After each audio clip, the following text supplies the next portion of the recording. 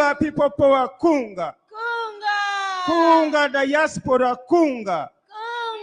Kunga Europe, kunga. Kunga Kyagulanyi, kunga. Kunga Nenyanzi, kunga. May you please sit.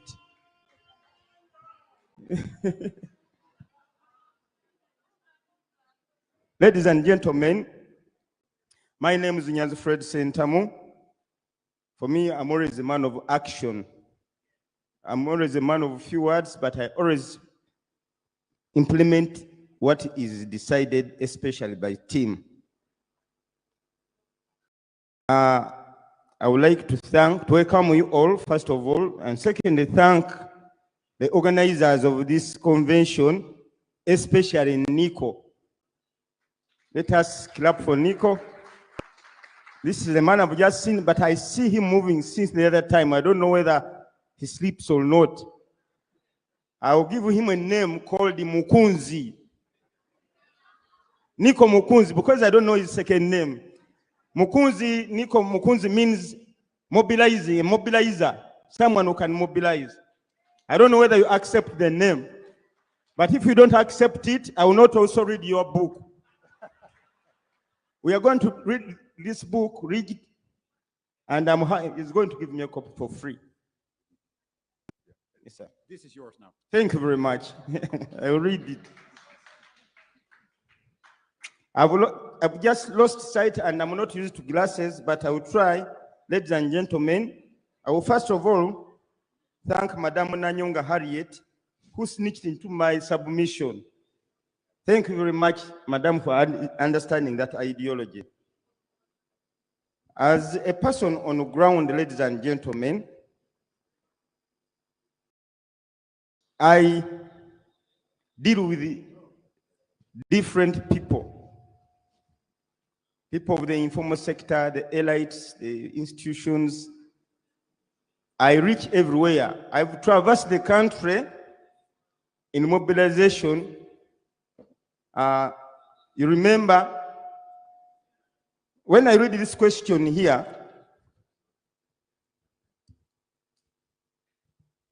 the way it is phrased,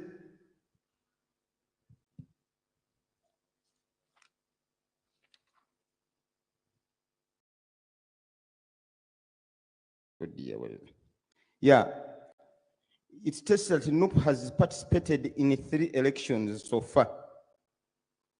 All were rigged. NUP has not participated in only 3 elections. We have participated in more than 7 by-elections. NUP is not independent. NUP is a product of people power. Now, there is a problem.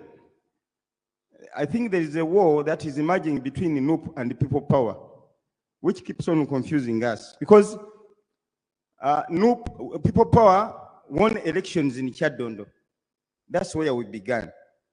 When we raised the national flag, we started participating in by-elections as a people power. In Arua, we won. In Ibujiri, we won. In Jinja, we won. And Rukurungiri, we also participated in Hoima. There, NUP was in the making.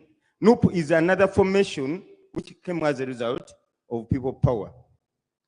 I think the person who phrased this question intended to mean that NUP is weaker than people power. I don't know how people can paraphrase this, but I think it seems NUP can easily be challenged by the dictator because he has the art of disorganizing and frustrating political parties. But he doesn't have that capacity of frustrating people power. Because people power, for me, I believe people power is amorphous. It has no shape. The reason why we are maybe participating more perfectly than we are participating in a NUP is because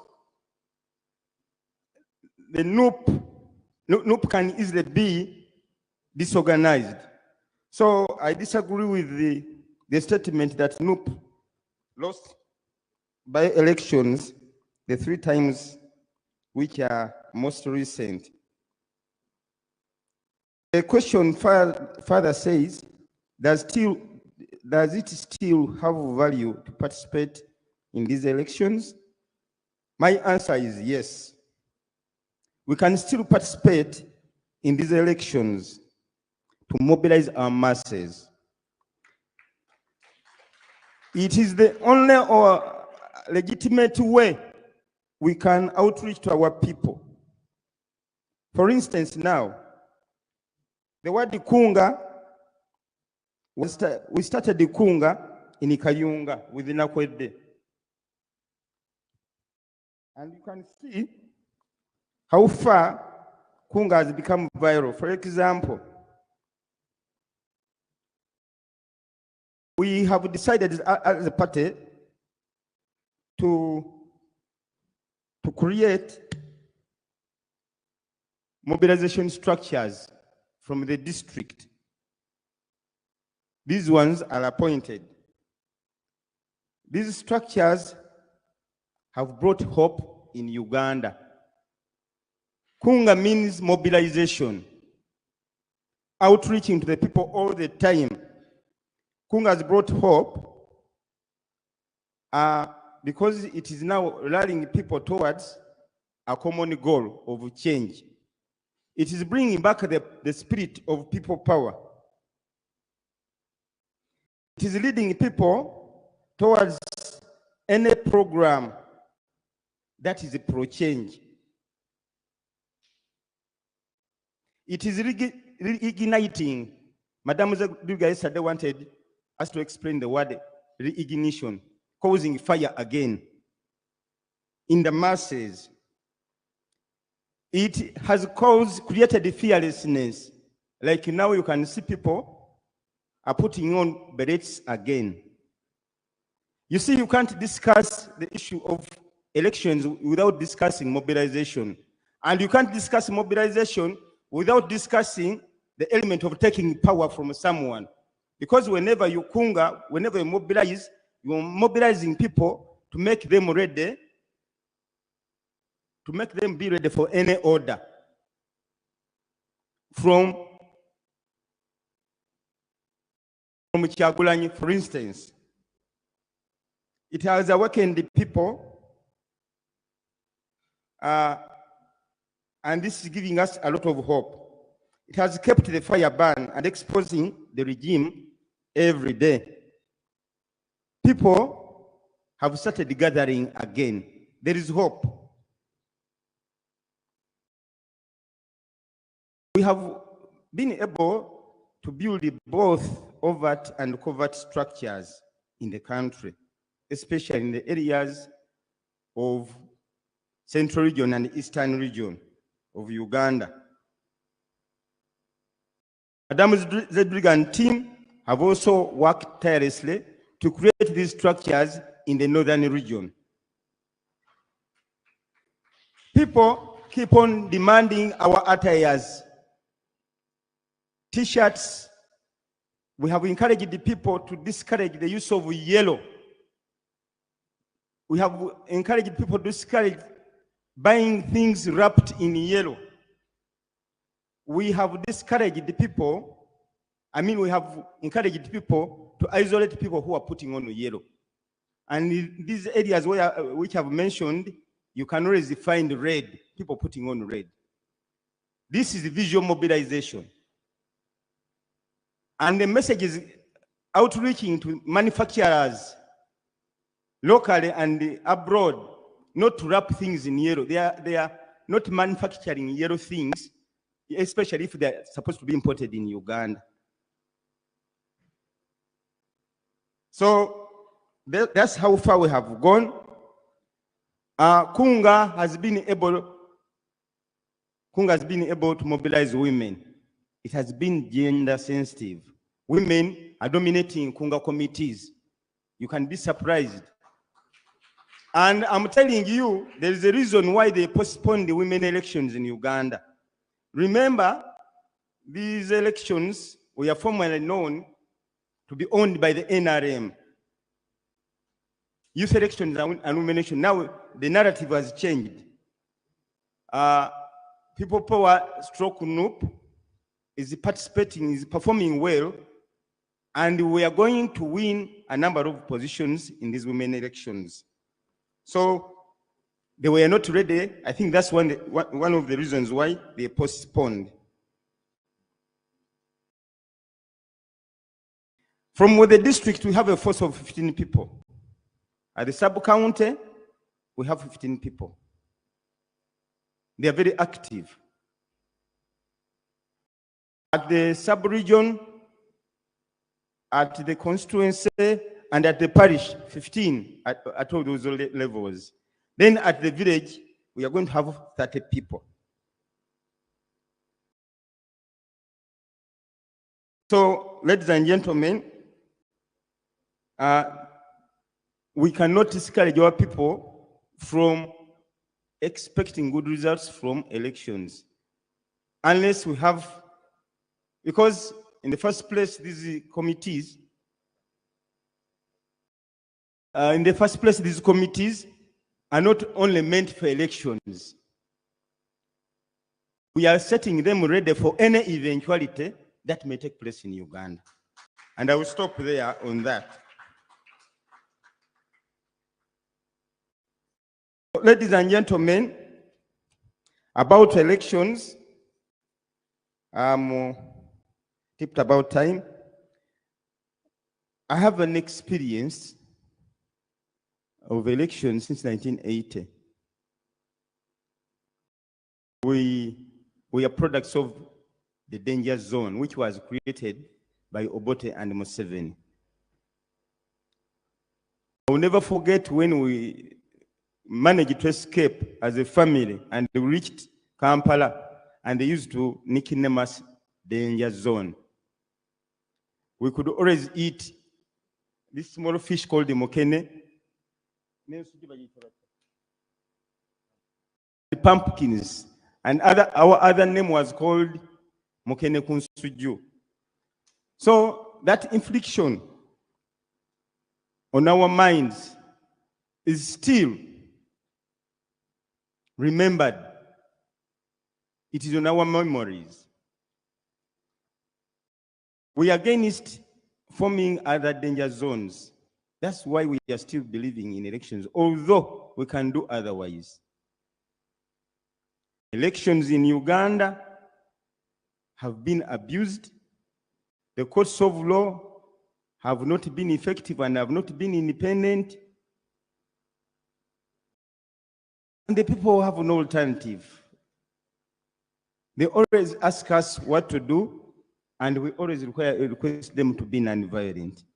We are going to keep on being non-violent, and just be aware, we have by-elections on our way. We have elections in Soroti, we have elections in by-elections in Kasese. All those elections we are going to go and mobilize our people. So that is like what I can submit about elections.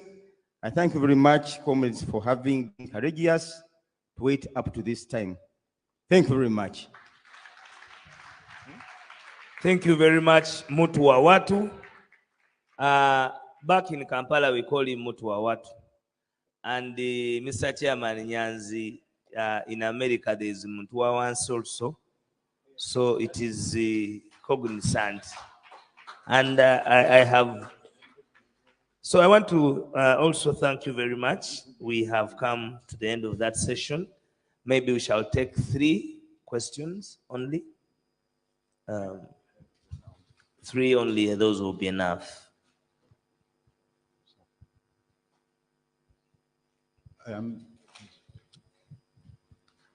Just a short question, okay, Eric? Erik van der Zande. Yes, thank you.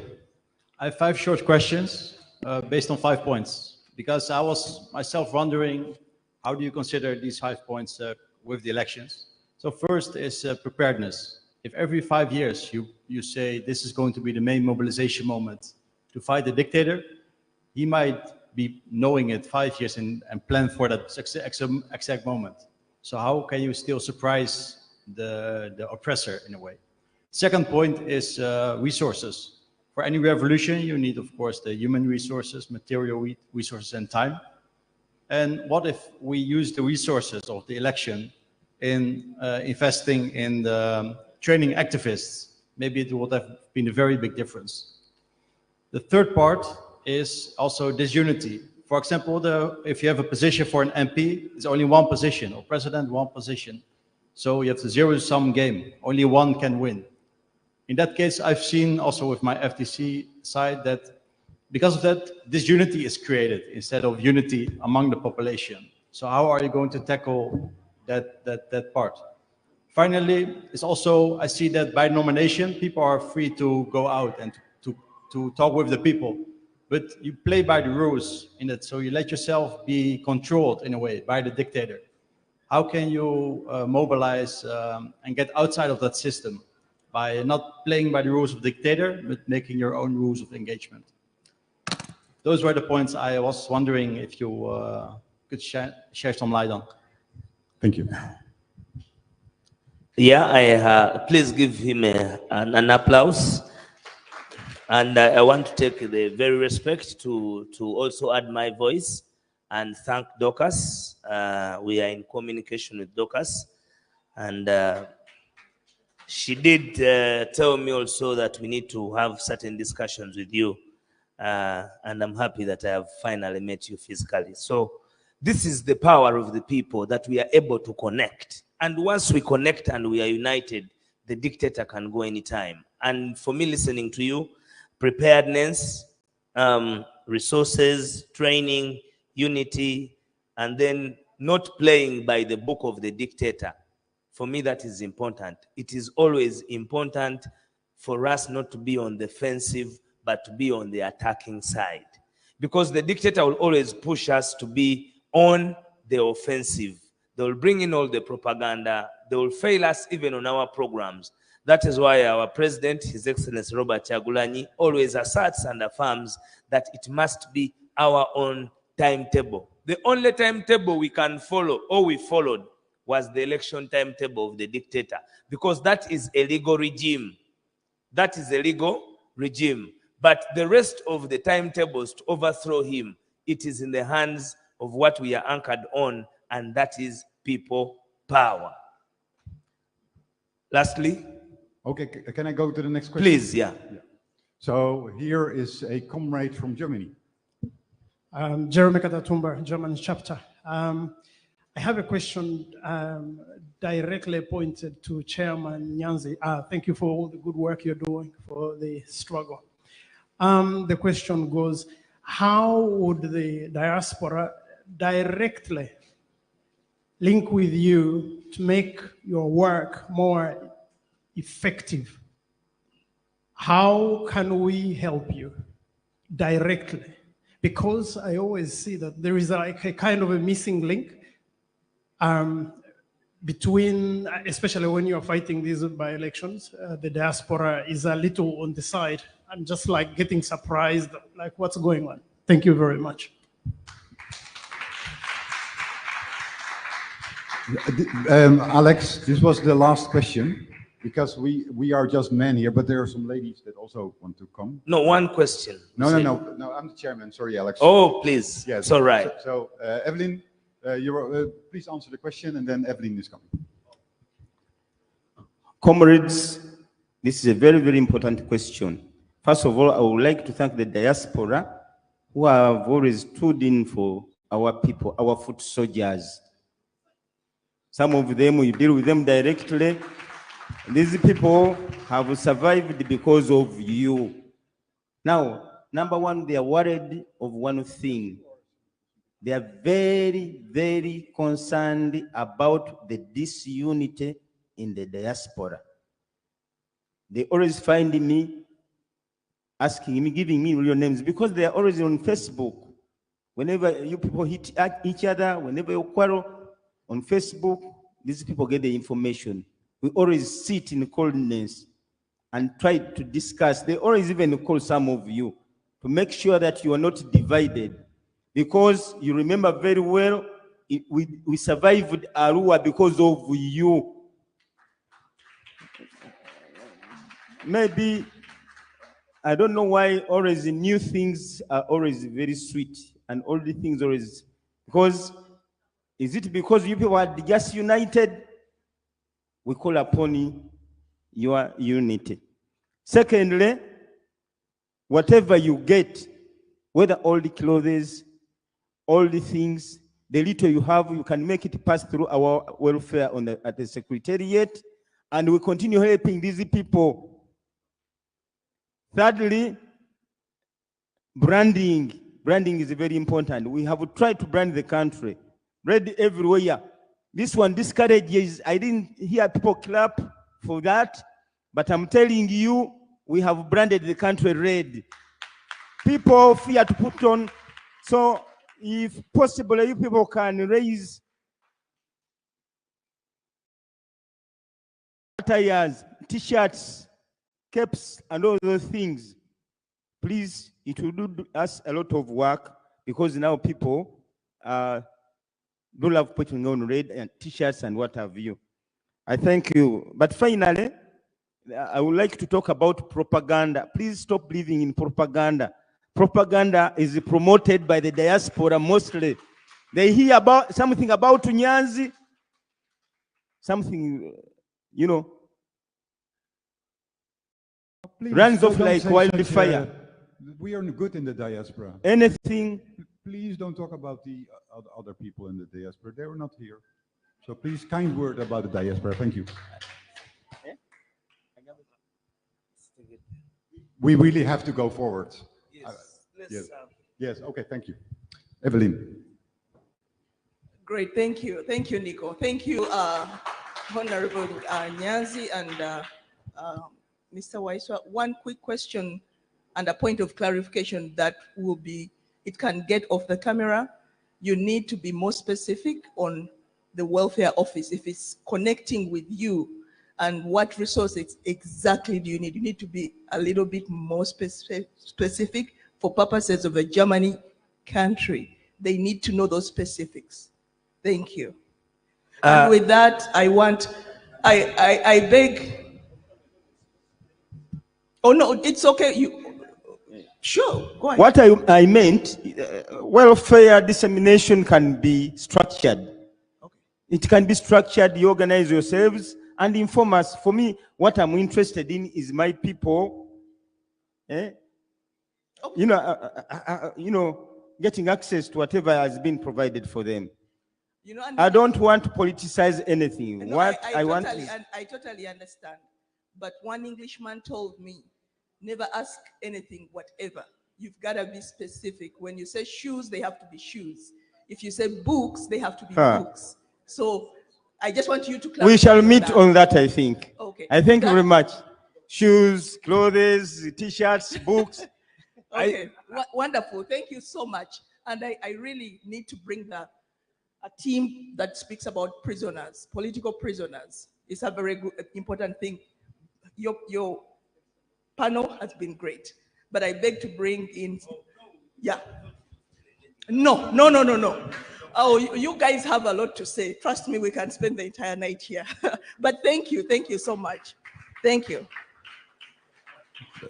Ladies, please come this way. Before Evelyn starts talking, I want to appreciate Evelyn for all she's doing. And what people do not know, but Evelyn was the driving force behind the Boston conference last year. Thank you so much, Evelyn. Thank you. Thank you. All right, Madame Dorothy and your team, Madame Teddy, please come up. One of the things that I want, like I said earlier, please come up. In the interest of time, please come up. Please come up.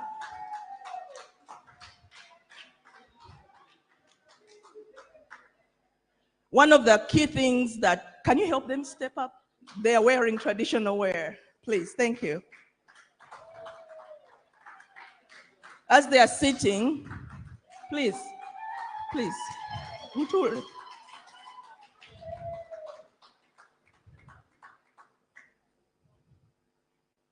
Thank you so much. One, we want to respect the traditional wear that symbolizes the Buganda culture. So this is very beautiful. Thank you so much. Mama Nanyonga, please. No.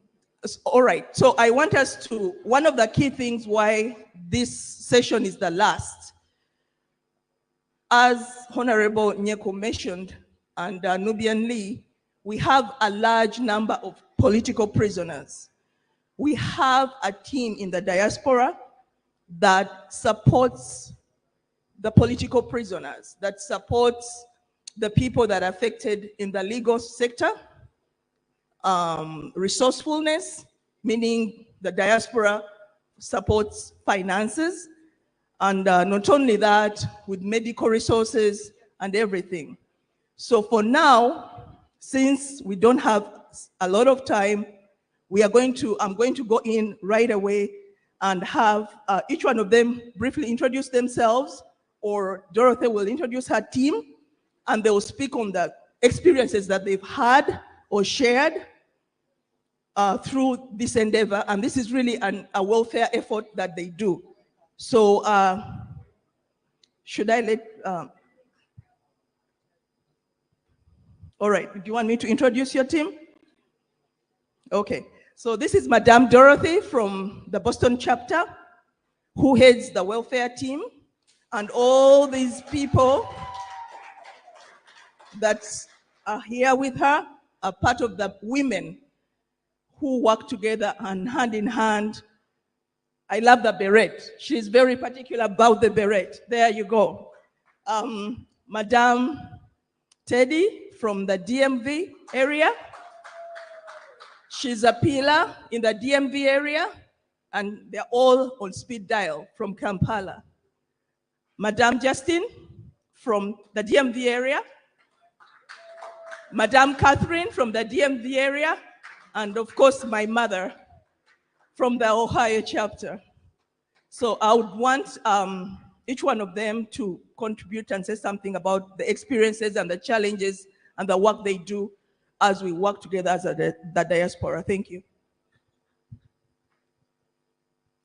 Thank you so much, Evelyn. People power, our power. Kunga women, kunga. Kunga Europe, kunga. Kunga America, kunga. Kunga Uganda, kunga. Kunga women, kunga. Kunga Ugandan mothers, kunga. Thank you so much, comrades. It's a privilege to stand before you. My name is Dorothy Stewart. I'm the team leader, Boston chapter, and also the team leader, the welfare team. I work with a team. As you remember, comrades, in the aftermath of the January 14th elections, Kaguta went on rampage, killing our people, imprisoning our people, all comrades, kidnapping, torture. Torture chambers became full. The so-called jails, which are unlawful, became full of NUP supporters and those who gave our president the votes. He was so mad, he just decided to go on a rampage. So we came up as Ugandans in the diaspora with the thought that if we organize ourselves, we come to the rescue of our people in way of paying their medical bills, helping those in jails and their families. Women were left with babies. They lost everything. They lost their businesses, they lost their jobs, and everything was a mess. So we came together through the team leaders of different chapters, Europe, America, everywhere, and we formed the welfare team. And you people chose me to lead that team. And I'm so grateful and humbled with that experience. We never knew each other because you remember it was COVID time and we used convene on Zoom. But here I am, you're Dorothy, the team leader, who you trusted me with your money. And I am really humbled with the experience, and I really, first of all, I'm here to thank you, the European chapters, for your contribution towards the welfare. I thank the American chapters during the retreat we held in Boston last year, and I hadn't gotten a chance to speak to you to give accountability of your money you entrusted with this team. And we had a team down in Kampala who was identifying those comrades who were brutalized and dumped outside sides of streets. We took them to hospitals, paid their medical bills, took care of their families the best we could. And I really, on behalf of the welfare team, I thank you. UK, Boston came in the lead. We contributed the most amount. UK came number 2. UK, thank you so much. California came number 3. And the rest, I don't have the numbers here, but I gave the accountability of the welfare team during that time. And it's on a record. And if you have your team leaders or financial leaders, I could give you people so you know how much you contributed. Germany, Netherlands, Switzerland, everybody really contributed to our comrades, the welfare. I thank you so much. And our team in Kampala did a great job, and we have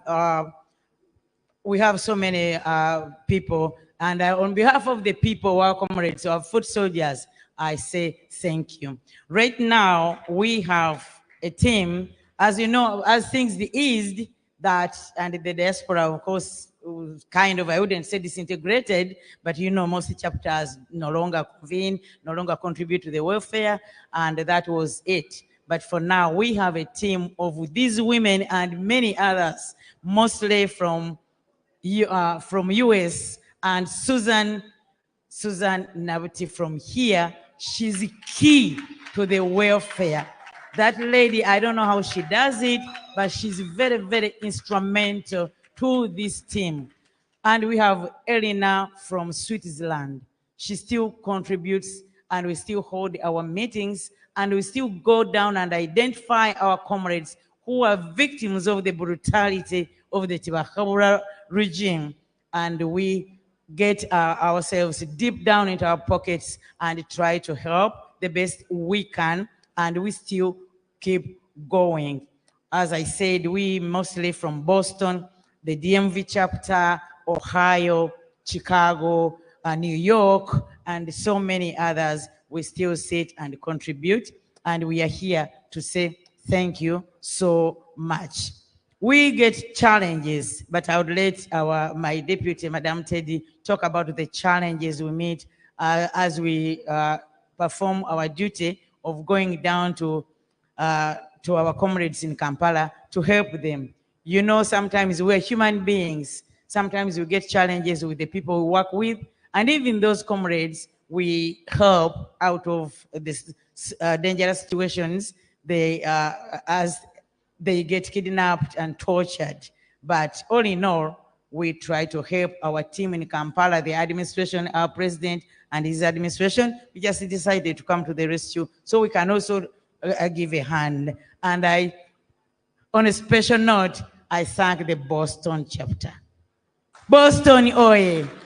Boston has done a great job internationally, as Mr. Senyonjo said, in the advocacy, lobbying the senators, and financially contributing to the welfare. And recently, you remember the lady who was kidnapped and raped. They came to the rescue, and we have a team of our comrades who ran away from the persecution. We do take care of those people. We can't disclose where they are because of their safety, but we do, this team and the rest at home, we do take care of those people. And inshallah, God willing, they will get their freedom soon. I thank you so much. Madam Ted is going to say, talk about the challenges we meet as the team. Thank you, Madam Dorothy. My name is Teddy Lubega. I'm from Washington, D.C. I'm the Deputy Welfare. I would like to thank everybody who has contributed during this struggle. But way forward, we are still in the struggle. We still have challenges. We want you to be ready. We are fighting the dictator. We are at war. Museveni is still kidnapping. He's still imprisoning. And as we prepare ourselves, like Mr. Nyanzi said, Kunga is going on. I want to challenge you, the diaspora, all of you comrades. Are you ready for the rise up? If you are ready for the rise up, please, let's get back to what we did during the elections and after the elections. We need to get our pocket. We need to get our account ready. I hear a lot of people tend to complain the Ugandans have failed to rise up. But if they rise up tomorrow, is the diaspora ready to maintain those people on the ground? What happened in Sudan when the Sudanese rose up? The mass they spent on the street, it was the diaspora sustaining these people on the street, buying them food and water. They couldn't have done without it. But as we speak today, if the foot soldiers and the people on the ground rise up tomorrow, are we ready to sustain them? Okay, let's get started. Let's get back to what we used to do. Let's get back to our chapters and fundraise and be ready. We're not going to start running to everybody. We need the money, we need water, we need food. These people will give up in 2 days. We need to be ready as they prepare to gear up. We need to gear up with our account. The money should be ready to sustain these people. Fellow Ugandans, we are fighting a war. We are fighting a dictator. The marathon has just started, but it can end anytime. We can start sprinting. We need the money. The Secretariat gets overwhelmed in Kampala. They need our support. I'm begging everyone, please, let's get back to our chapters. Let's get active. If we stay where we are today, Museveni is winning. It's us to energize the people back home. Once they know we are back where we were, those people will get up. Kunga, Uganda, kunga.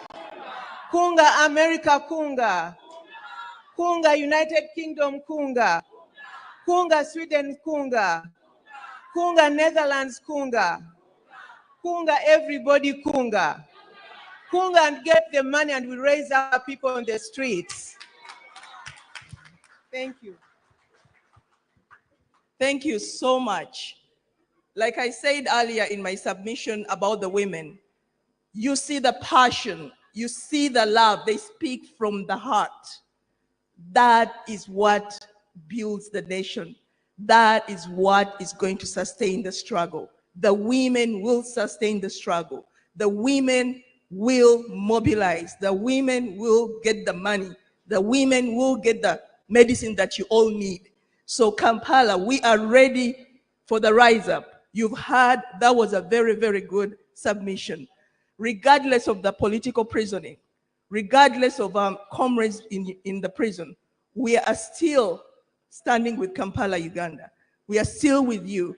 So I want to encourage each person, search within your heart, $20 or 20 euros make a difference. A dollar, a penny makes a difference.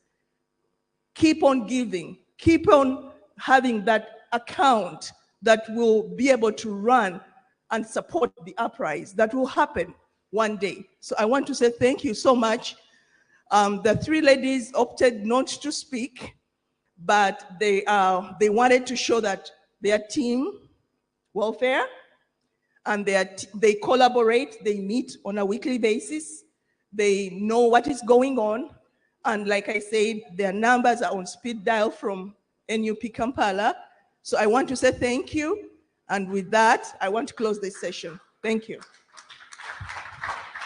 People power, our power. Kunga Uganda kunga.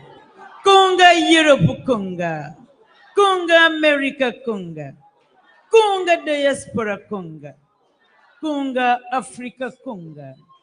People power, our power. NUP everywhere. Abachala mweka. People power, our power. Kunga women kunga. Kunga women kunga. Thank you. Thank you so much. Comrade Evelyn, Dorothy, Teddy, and all the ladies of the welfare team. It's your passion and commitment to the struggle that got neutral bystanders like me involved in the struggle. So thank you so much for all that you've done. And there's been a pertinent question that has been raised. If the people of Uganda decided to take to the streets, are you ready to support them? Are you ready to support them? Kunga Uganda, Kunga. Kunga Diaspora, Kunga. Kunga Netherlands, Kunga. Kunga, all the powerful women in the building, Kunga. Thank you so much. Thank you so much. Okay, we're getting to the highlight of the evening. I know many of you have been waiting to listen to the president. And so very soon we will be having the honor of having this president speak to us. But I have a very quick announcement to make through my colleague, Joseph Senyonjo. You might have seen a document that's being passed around. So Joseph is just going to explain in 1 minute, Joseph, what exactly you're putting your signatures to, and then we'll hear from Susan. Thank you. Thank you very much. So the petition is being passed around. This is to do with our demonstration at the European Council.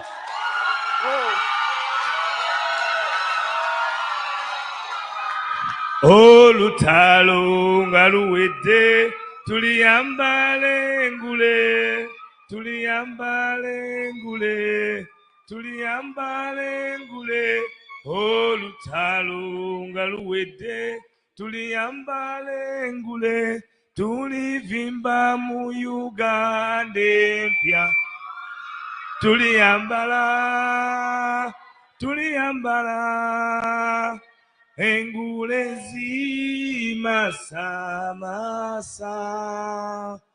olutalo nga luwedde tuliyambala engule tulivimba mu Uganda empya tuliyambala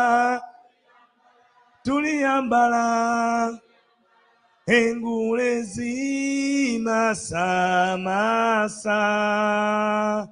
olutalo nga luwedde tuliyambala engule tulivimba mu Uganda empya. People power, our power.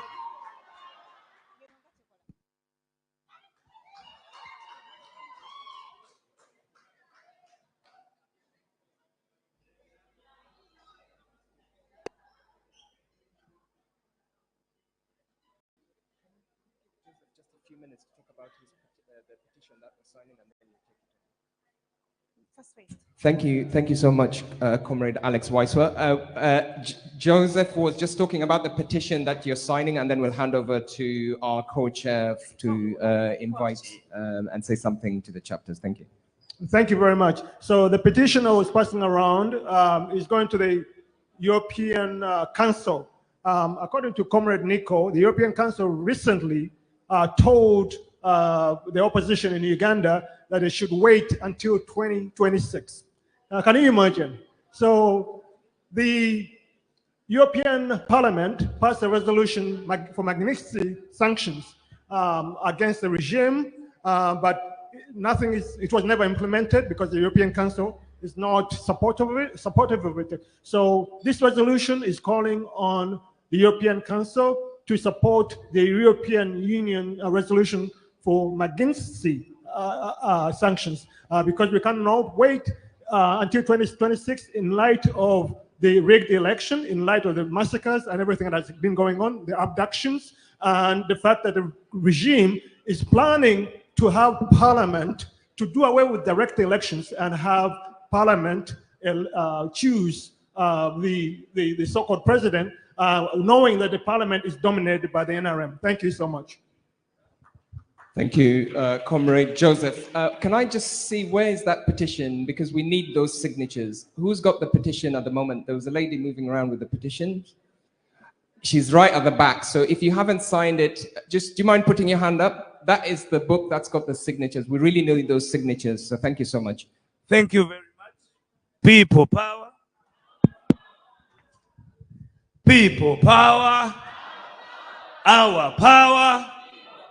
NUP. Everywhere. Mr. President, I earlier stated that there's somebody with the copyright of your definition. I admire most, but I fear to use it because she owned it. The de facto and de jure elected president of the Republic of Uganda, His Excellency Robert Kyagulanyi Ssentamu, we are humbled that you are amidst us in this retreat that has taken the whole day and coming after a number of activities. Amidst you, Mr. President, the largest number of them are those who want change in the country that gave you the mandate to remove Museveni. I believe January 14th was a justification of your effort to remove the dictator. And we have Ugandans from across. We have Ugandans from the USA that you met, coming from Boston, coming from North Carolina, coming Florida, coming from DMVC. I don't want to say a lot because I may not know the specificities of the cities. Those from Netherlands, you're most welcome. Those from Switzerland, you're most welcome. Those from Denmark, those from wherever. Thank you very much for making this a very, very, very colorful conversion. I believe we have learned a lot. I'm not going to say anything, Mr. President. We have already spoken. We had a number of panels, as you'll hear from the deputy head of the diaspora, Madame Susan, and I want to take this profound opportunity, first of all, to introduce to you a very, very interesting group, Mr. President. You met these young people in Senegal. You talked to them. You linked them up. Like you have said, our generation can easily connect. And they are here with us, the members of... please stand up and everybody sees you.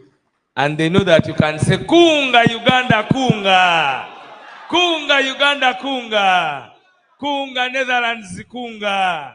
Thank you very much. We are happy that you're here. So the president, when he's globe-trotting, he's finding more friends to assist us in this revolution. We want to thank you very much for that. Mr. President, let me take this opportunity to invite our deputy, Madame Susan, who has also played a very big role in seeing that this conference is a success. Please give her a big hand of applause. Thank you very much. And because of protocol and your position, I will not come back to this microphone. You will invite the president to come and deliver his speech. No, in fact, you will not invite the president. You will invite the deputy president to invite the president to deliver his speech. Thank you. Thank you. Your Excellency, I would like to take this honor to invite you to the NUP European Chapter's second Diaspora Conference.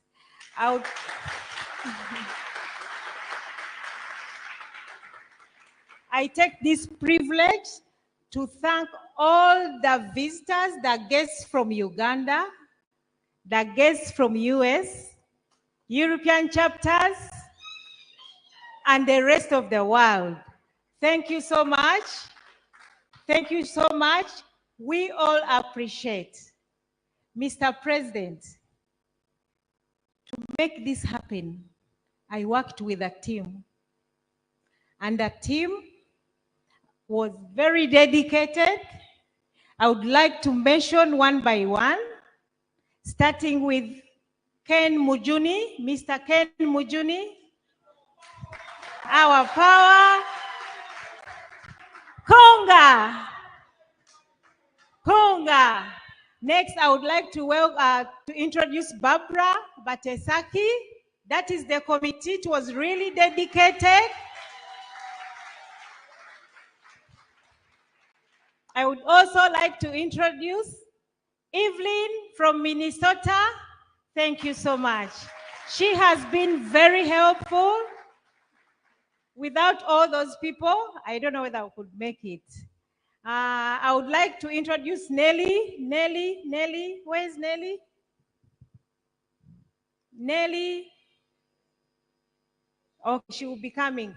Mr. Kauma from Belgium.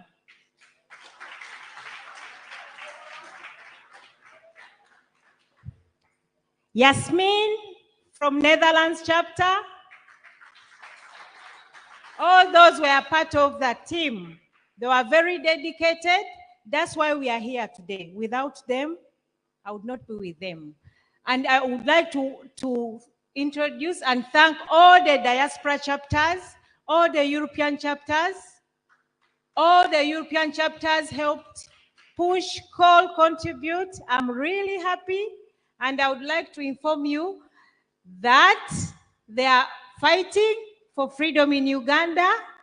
And you all people, you inspire us with the work you do. We would like to thank you for all the work you do in Uganda, all the MPs who are here, all the visitors.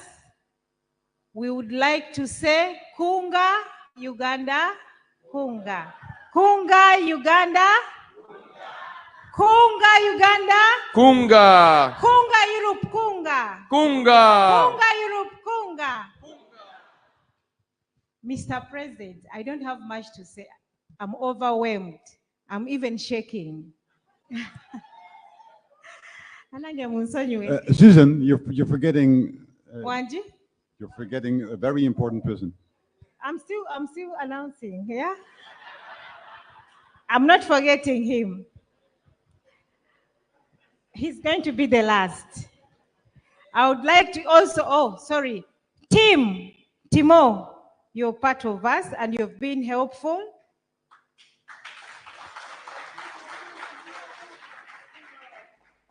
Have I forgotten anybody, Barbara?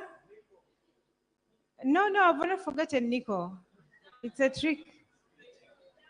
Next. Yes, Jonah Mugula. Alex, where is Alex?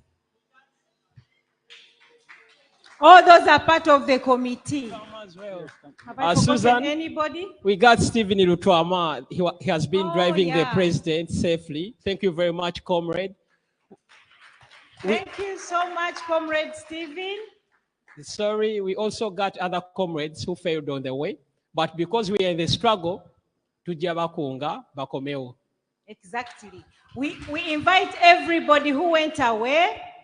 Banange temugenda. Tuchali mu struggle mukomeo. Mukomeo tulwanise dictator Museveni. Temusigaleyo. Muje tukole ki tulwanise dictator Museveni. Muje obuntu obutono. Yeah? Let's come together. That's why we call this re-energizing the struggle. Last but not least, I would like to thank Mr. Honorable Nico. Thank you.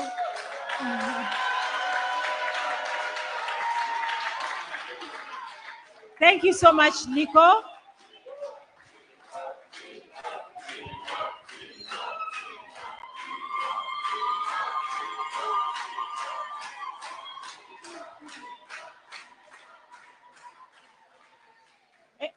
Thank you.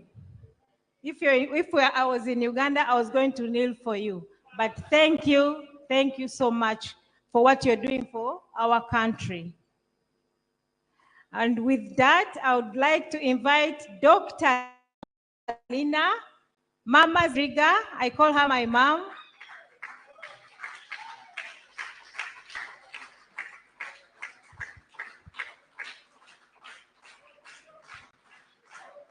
Aricio.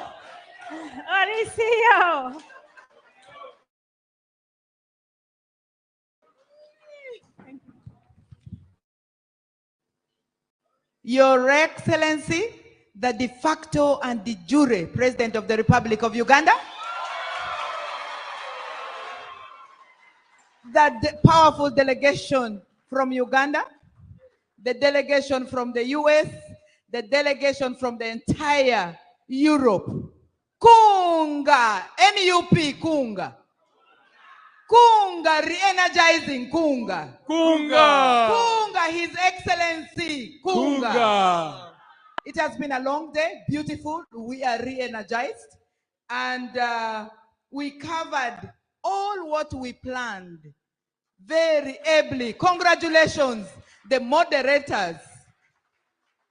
David Steele and your team. Professor Alimadi here present. We have a special person who makes us very proud as Ugandans. Your Excellency, that is Dr. Tony, the only Ugandan I know who got a first-class PhD. Yes, the women here present, the women, and the men, and the media. Thank you so much, Your Excellency. We deliberated very, very ably and have put roadmaps and milestones. Your presence now is to seal our social contract to deliver on what you started, a new Uganda. The thief who thought he stole our victory, we give him a notice forthwith. On that note, I've been speaking the whole day. My role is very, very simple. To avail this evening, that one beloved anointed person whom every tribe globally wants him to bear their identity in practice. The Lugbara call him Obini. The Luo community actually anointed him Ogen Lapiem. And these are very powerful names. The Basoga, those from the land of the wise, gave him the name Ngobi. Those from the west call him Musinguzi. And this is none other than His Excellency, the de facto and de jure President of the Republic of Uganda, Robert Chagulanyi Sentamu. We are humbled. We are humbled. We are humbled. We are humbled.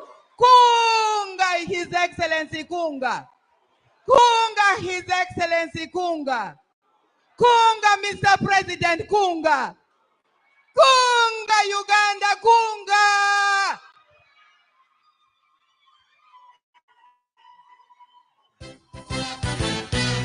This is a message.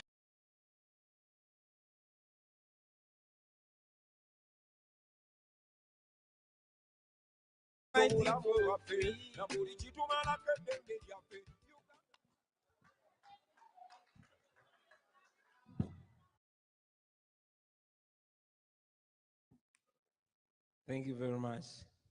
When the struggle is over, we shall wear the victor's crown.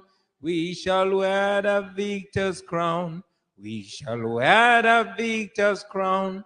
When the struggle is over, shall wear the victor's crown in the new Uganda. People power, our power, NUP, everywhere. Kunga Uganda, kunga. Kunga Europe, kunga. Kunga Amsterdam, kunga. Kunga. Thank you. Thank you very much, ladies and gentlemen. Please resume your seats. Thank you. Thank you very much. Well, I'll hold the microphone for myself.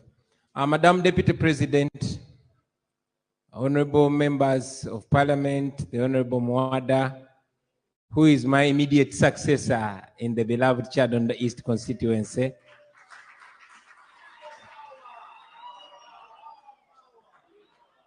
The Honorable Nyeko Derek, the Honorable Nyanzi Fred, who we love to call Chairman Nyanzi, our Chief Mobilizer, the Governor of Kayunga District, Madam Nakwede, Comrade Nubian Lee, Comrade Alex Wise Wamufumbiro, the team that came from Uganda, Comrade Susan, and your beloved husband, fellow leaders from various chapters, leaders from America, leaders from other countries of Europe, Germany, Switzerland, the UK, comrades from the USA, ladies and gentlemen, I salute you today. Allow me, brothers and sisters, to, in a very, very special way, welcome you to this conference. And thank you very, very much for dedicating this time, especially those of you that have traveled from different parts of the world. I thank you very much for giving in this great personal sacrifice. I know you came here at a cost. Comrades, this is nothing to be taken for granted. This speaks so much of your commitment to free our country, Uganda. I want to request all of us in a very, very short time to stand up and observe a moment of silence for our comrades that were murdered by General Museveni and his fellow killers.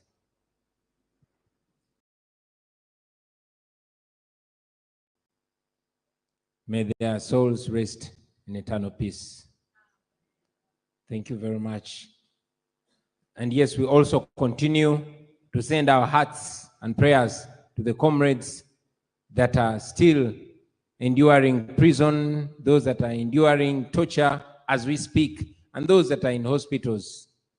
We continue to tell them, hang in there, comrades. Freedom will soon come. Now, ladies and gentlemen, I'm speaking to you, you who are present here today, and those watching and listening to us online. I'm addressing you as the duly elected President of the Republic of Uganda. Yes, we won, the National Unity Platform won the 2021 elections. Although, of course, as the world knows, General Museveni, using the military, refused to hand over power, and we continue to pressure him to do what he must do, hand over power to the righteous winners. Ladies and gentlemen, we were grateful in the beginning that the United States issued a firm statement that the elections in Uganda were neither free nor fair. This was a significant statement. And of course, we continue to call upon the Biden administration to follow those firm statements with firm action. We are also concerned, ladies and gentlemen, about the close to $1 billion support that the United States continue to give to the regime in Uganda, which clearly only prolongs the dictatorship, the the oppression, the human rights abuses, and the suffering of the people of Uganda. In December 2018, a US federal court convicted a Chinese man called Patrick Ho for bribing General Museveni and his then Foreign Minister, Sam Kutesa, with $1 million to grant an oil deal to them. Of course, more money was promised to the duo, that is Museveni and his then Foreign Minister. But this is supposed to highlight to us that Museveni is without a doubt a corrupt criminal. While we clap, ladies and gentlemen, even with this clear evidence of a corrupt purported leader, the World Bank went ahead to approve $300 million as a loan to the Museveni regime. And as usual, there were reports that the money loaned to Uganda by the World Bank could not be properly accounted for. But still, you all saw that in June 2021, the IMF approved $1 billion loan to Uganda. Now, this is supposed to be disturbing to any right-thinking citizen of the world, ladies and gentlemen. So, if there are no consequences to corruption, if there are no consequences to accepting bribes, and no penalties for failure to properly account for money that is loaned to Uganda, then why would we expect Museveni and his bloody regime to fight corruption? Certainly, there's no expectation. I've said this many times before, and I'll say it again, ladies and gentlemen, today, that my administration commits to zero tolerance to corruption.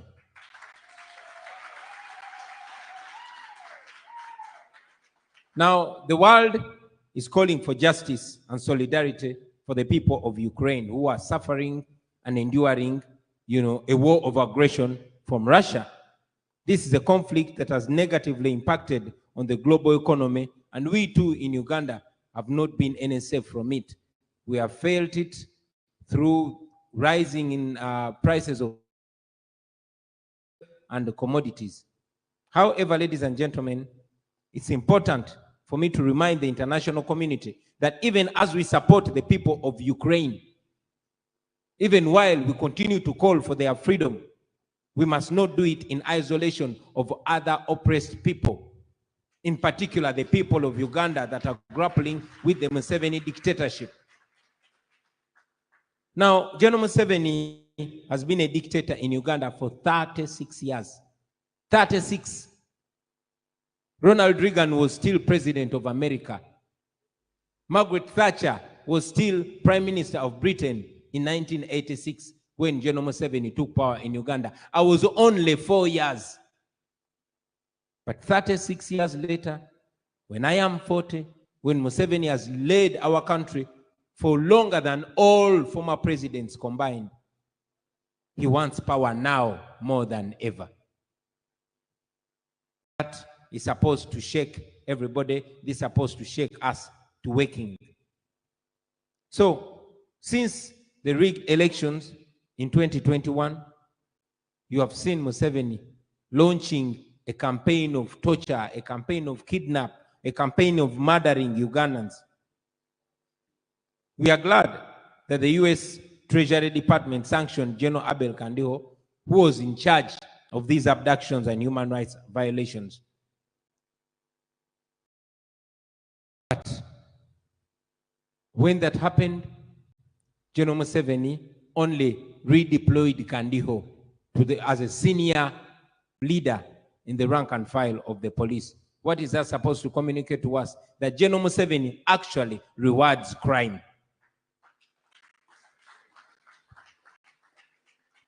It is therefore no surprise, ladies and gentlemen, that human rights violations in Uganda continue unabated, because that is, the modus operandi, that is the policy of Uganda.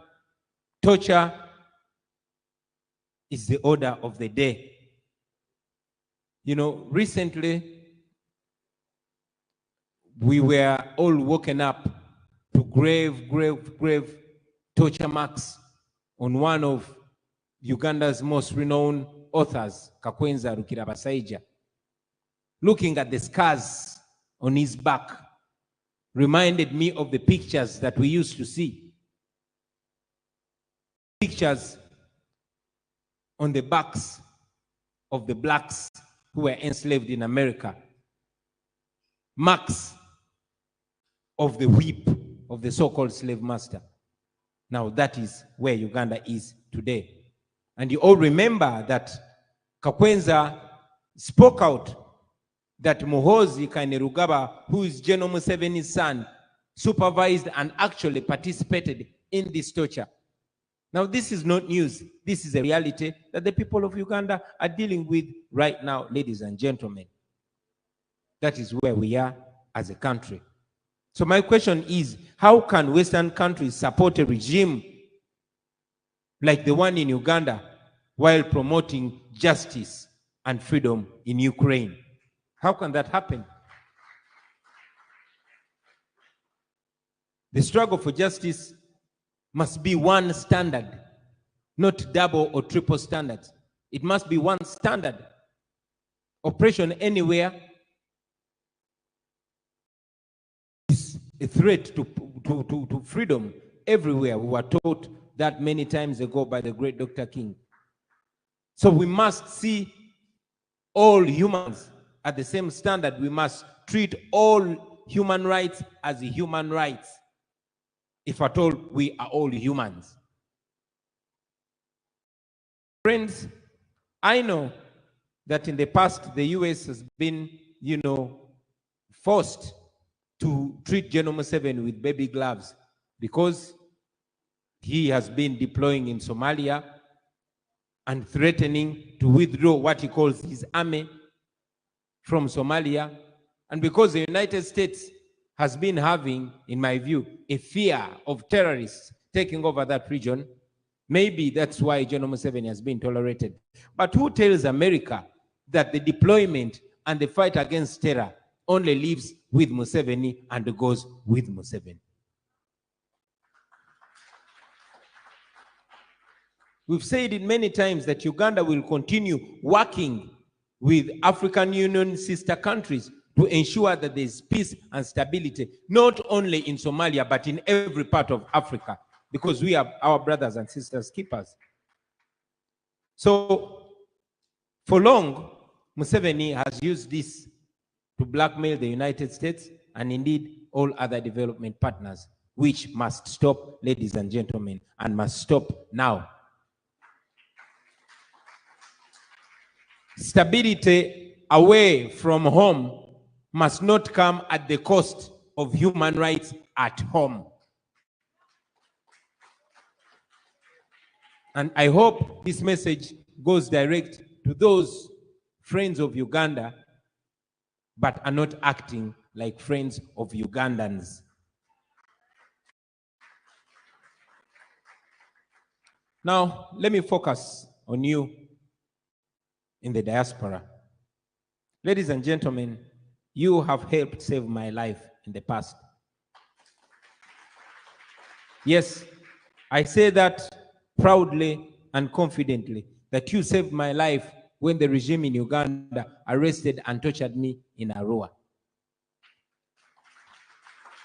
You quickly sent messages all over the world. Protests were carried out, and somehow the regime was exposed and ashamed. That is how my life was saved. But unfortunately, my friend and driver, Yasin Kauma, was killed in that same time.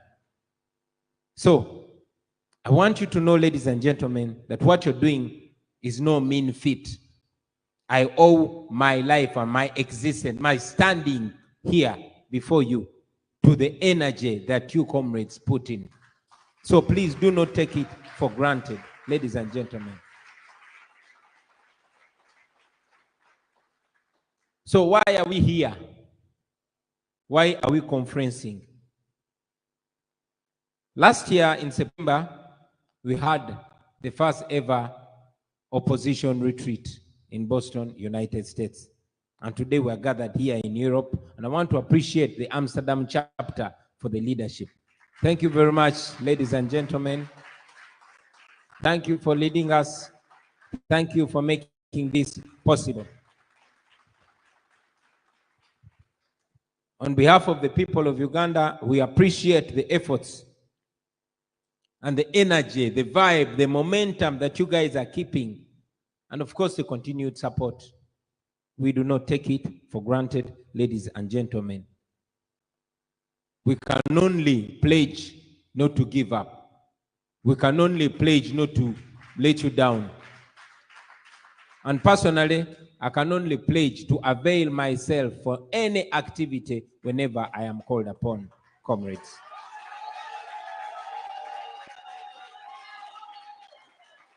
Kunga Boston Kunga, Kunga Diaspora Kunga, Kunga Uganda Kunga.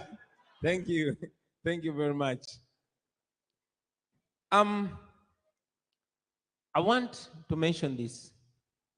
Ugandans in the diaspora contribute a lot to the national economy back home. You contribute through your annual remittances to the tune of almost 1.4 billion US dollars. That is over 3% of our GDP. That is your contribution. So don't undermine your 10, 20, 100 plus dollars that you send back home. Because without that money, ladies and gentlemen, your families in Uganda would not survive. No, they wouldn't, especially during this crisis.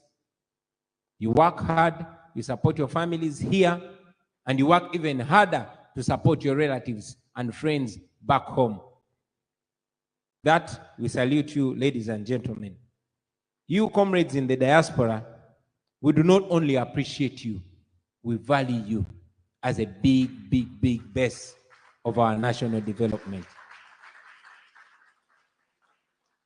Now, while you support home, you should feel like you have a home. While you support home, you should feel like it is not only going to be like this, it will get better home. Because no Ugandan should live anywhere in the world where she or does not want. No, we should live in any part of the world by choice. You must not be running away from home because of politics. No. You should be able to have friends and take them home. You should be able to get wives and husbands from these countries and bring them home. Susan, you should be able to bring Nico home.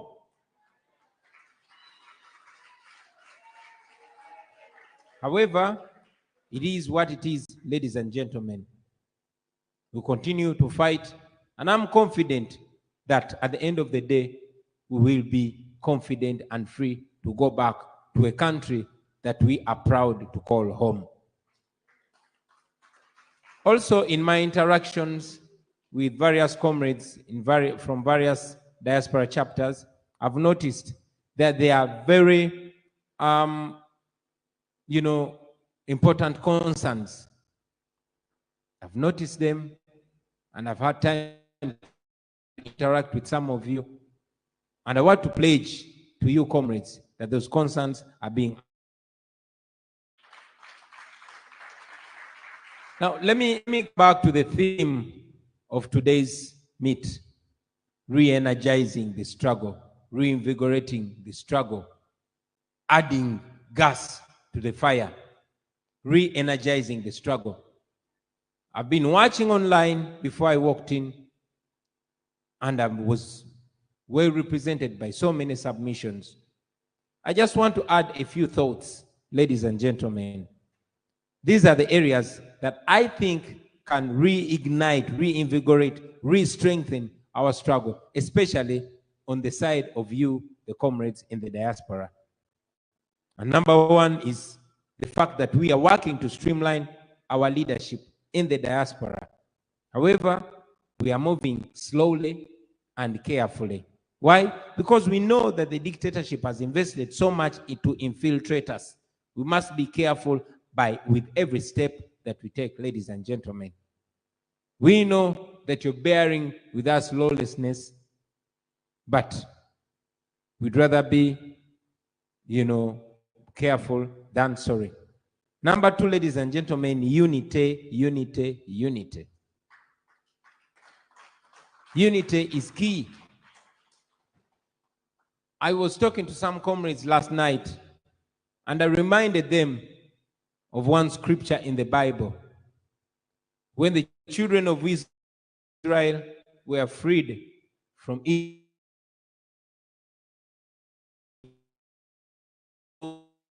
days. On the plane, I doubt it can take an hour. Even in a car, it cannot take a day, but it took them 40 years. However, while they were moving, Moses faced challenges to the extent that some of the children of Israel actually blamed him. They said, Moses, why that we are not very comfortable?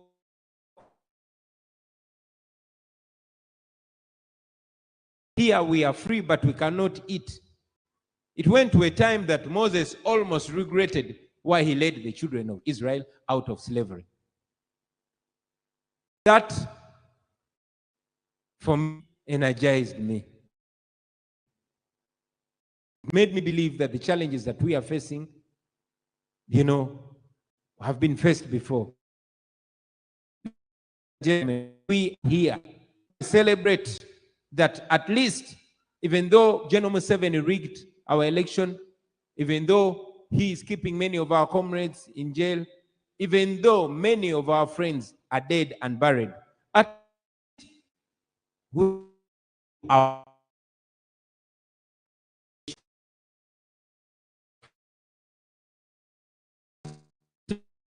gentlemen. I used to come to the gathering of drinking beer.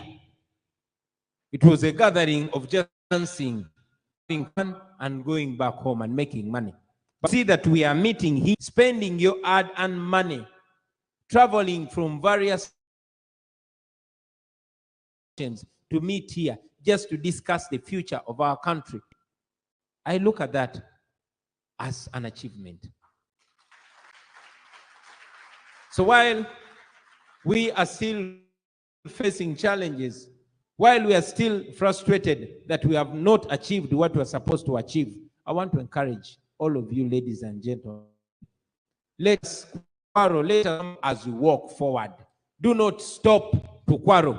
Do not stop to blame your friend. Blame him or her as you walk forward. That is the best way to do this. Because we are going to fight. We are going to blame each other. We are going to face challenges, but let us face them as we edge closer to the goal. So ladies and gentlemen, unity, unity, unity is critical in the diaspora. We're looking for ways to continue forging unity while carefully, of course, observing people who might be working to derail or to scatter us, because they are also there. We are encouraging the diaspora to continue exposing the atrocities that are ongoing in Uganda. Please take advantage of the freedom of speech and freedom of expression that exists here. It does not exist home. Back then, we were told stories of people that were missing water. But again, in our local language, we have a saying that when you find plenty of water, you drink and even take a bath. So here, where there's plenty of freedom of speech and freedom of expression, please grab that opportunity with both hands and legs and run away with it.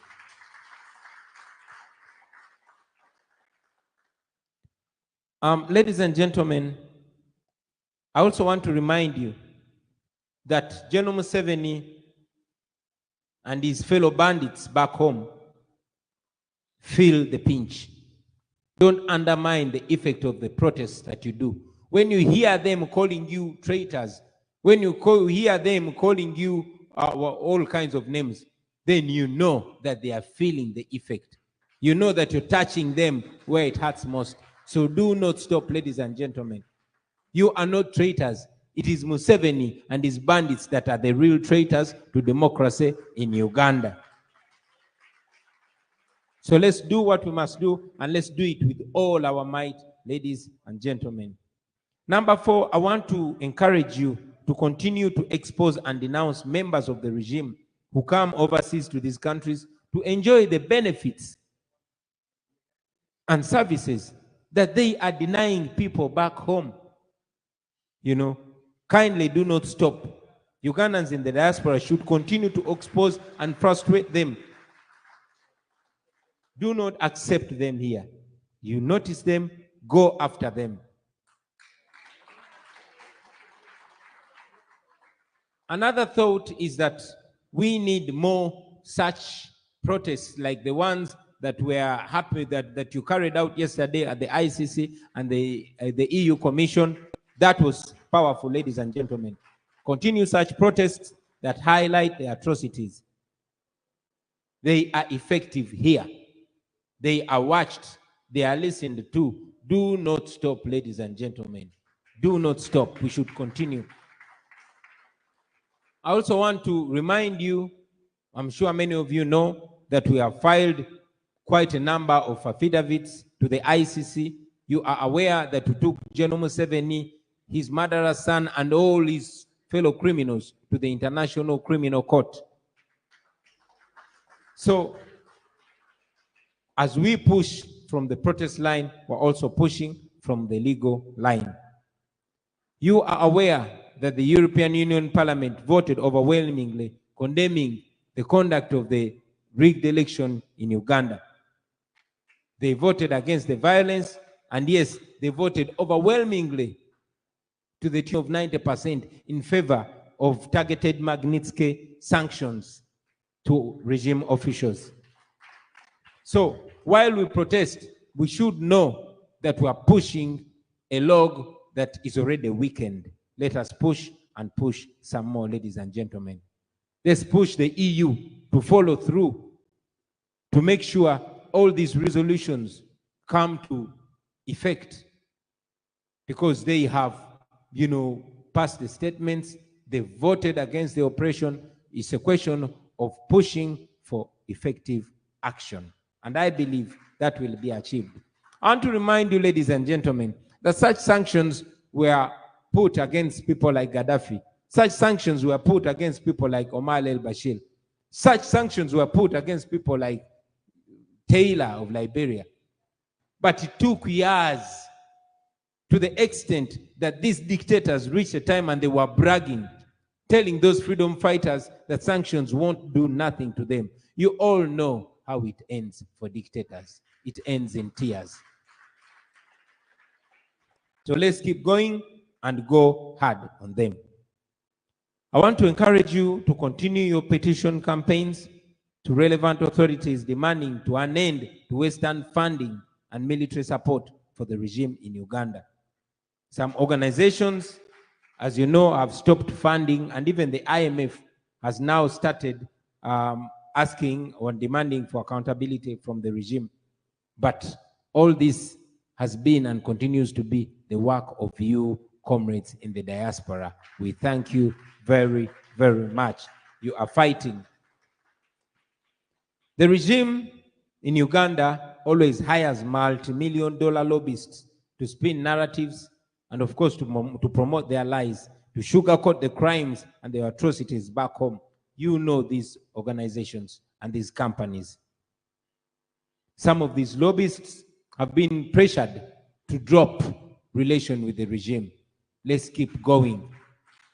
Many of them are known. Expose them. Let's do this together, because that is very, very effective. Of course, we are further exploring ways how to deal with the illegal activities and contracts that some of these individuals and companies have with criminal regime personalities back in Uganda. You find them, expose them. When we expose them, we don't stop there. We push the authorities to do what must be done.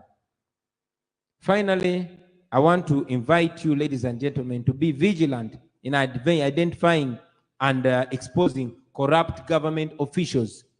These people steal money from home. They come, they invest that money in developed countries. This is an old dictator's playbook, That is what Mobutu did. Mobutu would steal money from Zaire, now the Congo, invest it in Belgium and all these other countries. That is what all these other dictators have done, including Yoweri Museveni. Now, look out for their businesses. Look out for their properties. Look out for their relatives. Look out for even their dogs. Let us look out for them. That is the best way of fighting. Ladies and gentlemen, by doing that, you are much more effective than a person that gets a missile and shoots at them. These people only know how to use violence. Let us defeat violence, because you, comrades in the diaspora, you are privileged to be in that position. Use it. Let us use it, and use it as much as we can. Friends, I want to conclude by reminding all of you, comrades in the diaspora, that it is because of your tremendous and dedicated contributions that we were able to smoothly sail through the 2021 presidential campaign. We did not lack fuel. We did not lack posters. All that was courtesy of the generous donations of friends in the diaspora. We never ever take that for granted, ladies and gentlemen. It was because of you that we actually won the 2021 election. Although it was stolen, but we know we won. Of course, no one expected General Museveni to peacefully hand over power to us. But at least all of you know that by now we have exposed them, we have stripped him naked. General Museveni used to be a smart dictator that comes to, these developed nations in a suit. I want to ask, when did you last see Museveni go to Europe? When did you last see Museveni go to America? He cannot travel there because even the countries that are dealing with them very shyly. They know they are dealing with a criminal. They know by doing that they are being partners in crime. And we confidently call them out and tell them, you are dealing with a criminal. We know that at least there's a certain degree of morality in well-governed countries. So let's push them to disassociate themselves with a criminal called Yoweri Kaguta Museveni. However, while we do that, do we then just allow him to sit in a chair that is not supposed to be sitting in? Do we just give up? We certainly don't give up.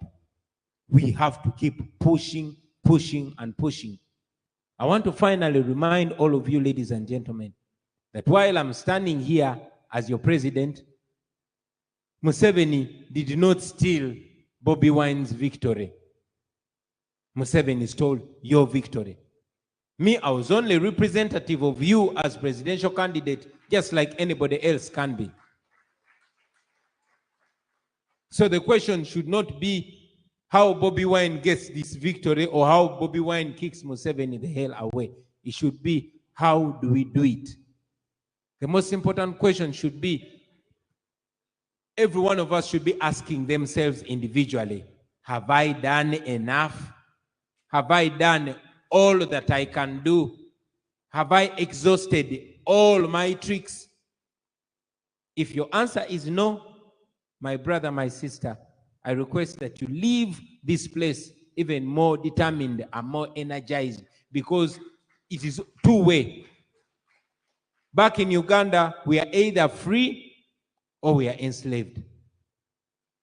But we cannot be enslaved by Museveni and his family. No, we cannot.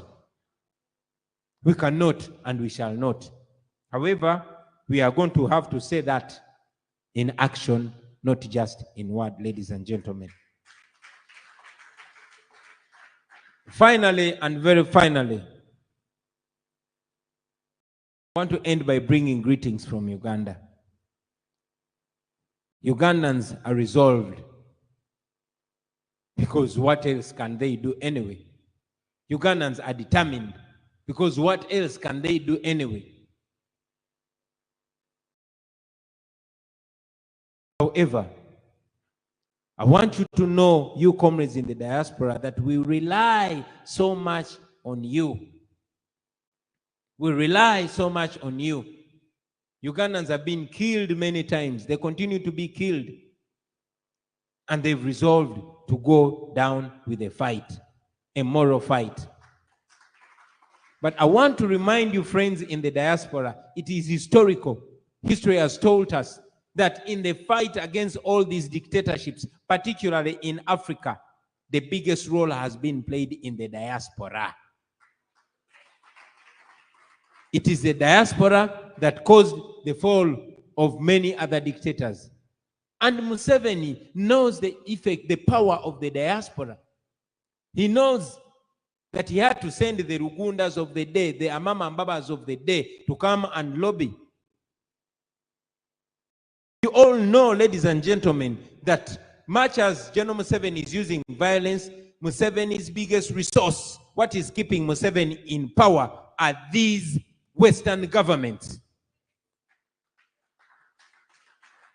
If they disassociate themselves with Museveni, he will be no more. If they don't cover up for him, he will be no more. If they open their eye and assert action against his gross human rights violations, he will be no more. But they are not going to wake up and do that. You are going to push them to do that. And I know that you're able to push them. Push from this side as we push from that side. I'll also inform you this, ladies and gentlemen, that many Ugandans have reached out to us. Actually, some of them are actually contemplating violence. We tell them, just like I'm going to tell you, that for us we are non-violence. I'm leading a team that is non-violent. But I'm afraid that a time might come and I cannot stop the violent ones.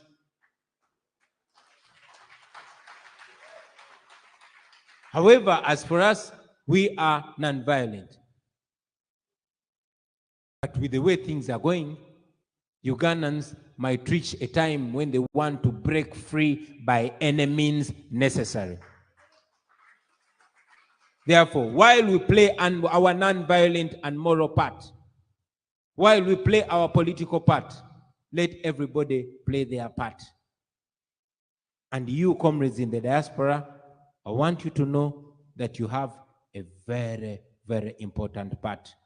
I thank you that you've been playing that part. I thank you that you continue to play that part.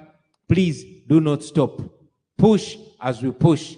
Ultimately, victory will be ours. I can guarantee you that in our lifetime, we will all meet in Uganda on a function similar to this. Not fearing any drones, not fearing any security operatives. We will be in our country, and we will invite these white people to our country, and we will tell them, you see, we told you that we will be free, and we are free. Thank you very much for listening to me. Thank you very much, our friends, for being part of us. Thank you very much. Thank you for all this that you've done for God and my country.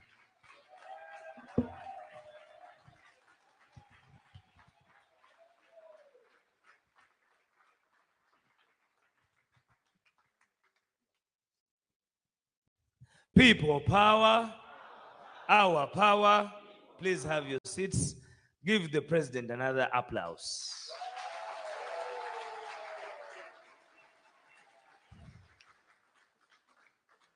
We are humbled by the inspiration and the words. We are left with, please, you can have your seats. We are left with one other item, Mr. President, that is going to be appreciation of our comrades who tirelessly have been here for all the 3 days. Mr. President, you accepted that we give these people certificates of recognition, certificate of participation certificates of participation in this conference. You parted away with something huge to make it here, both in resources and in time, and we are so humbled by that. I want to ask Susan, in Lusoga, you know she comes from the east. We say that alabira irida. Now that the president is Ngobi, mwikirize Susan yono nkozese kubuyinza obwo butono, keyerabire, akayirire, mema etuje mu maiso. Susan.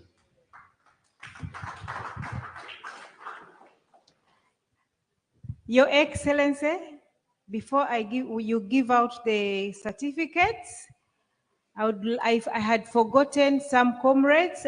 I'm sorry, but I want to mention them. They have been really good to the organizing of the conference. I would like to thank the German chapter.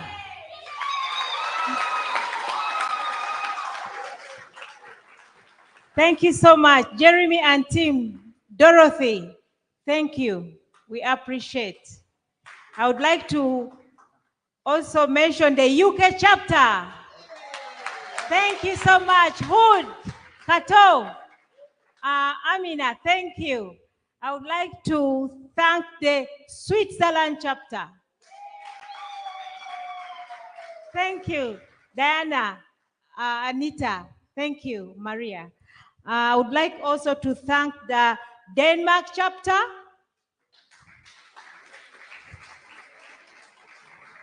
Thank you so much. I would like to thank the Norway chapter. They didn't, oh, yeah. Thank you, Norway. I would like to also thank the Norway chapter. They didn't come, but they contributed to the cause today. I would like also to thank the Zimbabwe chapter. They contributed.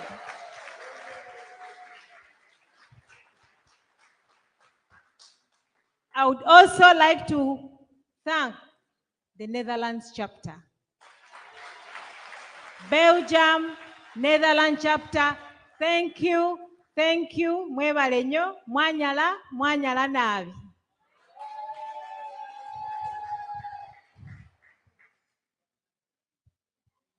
Mr. Cameraman, thank you for accepting my quick call. Thank you so much.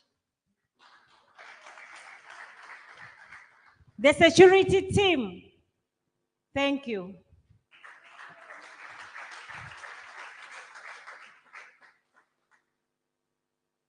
Our comrades who gave us their cars. I didn't pay any money. I didn't pay any money. Mr. President, our comrades gave us all the cars we're using to transport guests from the hotel to here, to there. Thank you, Ali and group. Thank you so much. There is one comrade who is not here. Comrade Derek Mubiru is in Boston. He has also been of help. Thank you, Derek. I know you're watching me. And last but not least, comrade from Netherlands, our mamas, Prosi and Mama Florence. Thank you so much.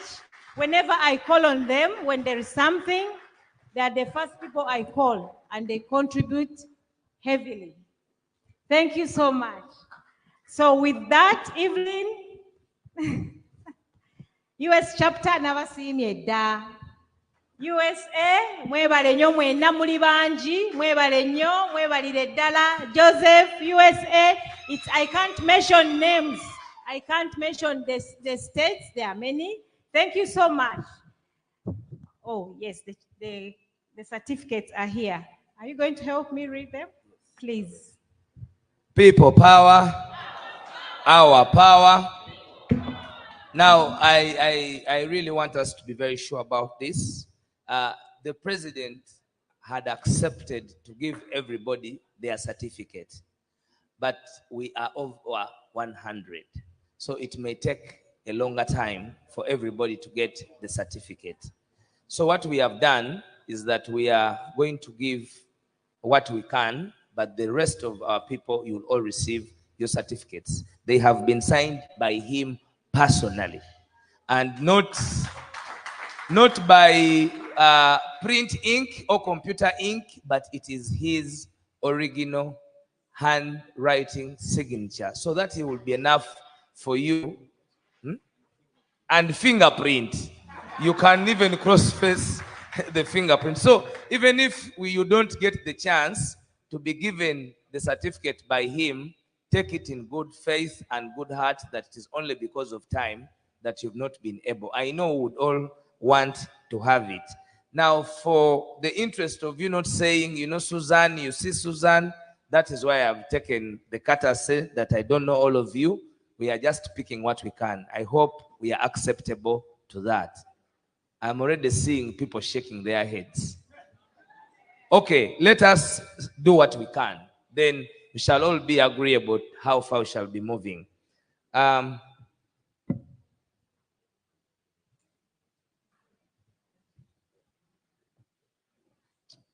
You know, we have a few hours to prepare for the concert as well. So it is important that we calculate our time such that we are not defeated by that. But I know there are those who would want to have it. Let's go with Stephen Lutwama.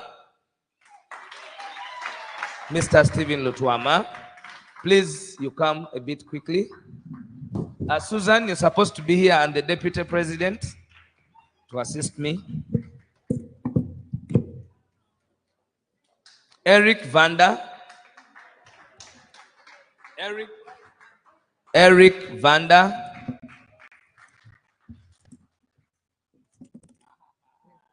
Eric Vanda.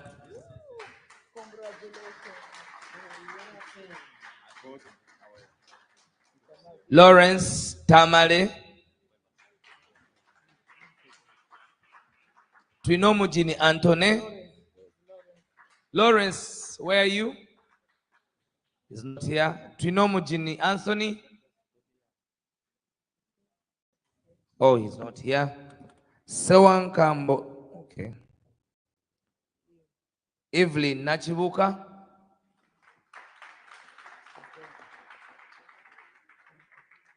Jeremiah Katatumba. Chigozi Muhammad.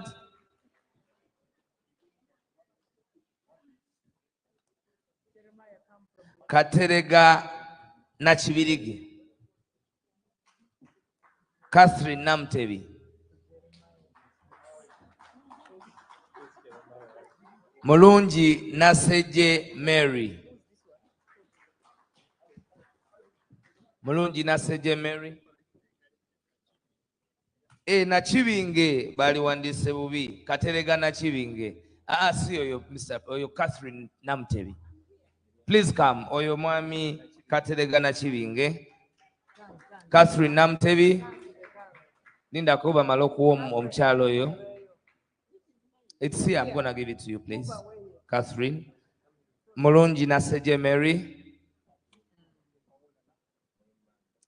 First wait. So called Koba Maloku Mo is fun. Lawrence Chitata. Ramla Claire.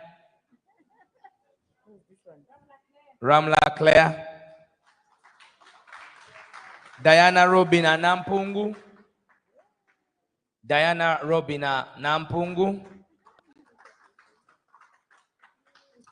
Migade Achilles. Kenneth Mujuni.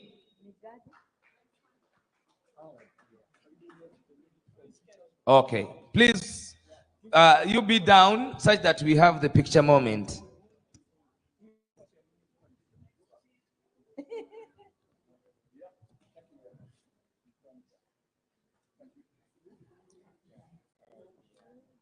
Muhammad J. Mazune.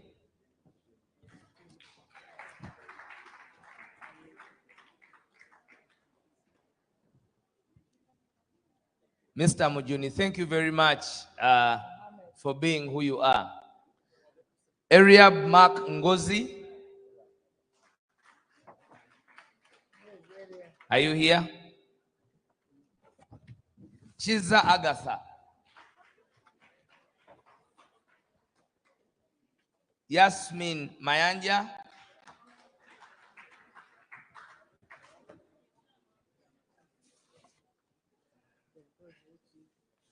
Madina Hupach. Susan Nabuti.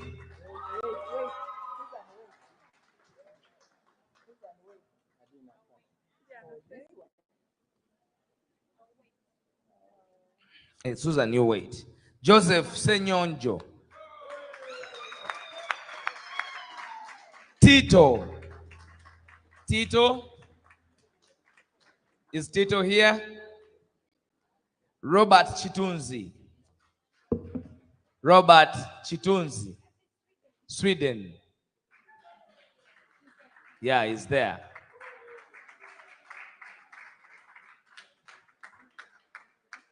Chiza Agatha. Yes, Robert there is the namesake. Thank you very much, Robert, for all the work you do. Thank you. Chiza Agatha. Eriab Mark Ngozi. Eriab Mark Ngozi.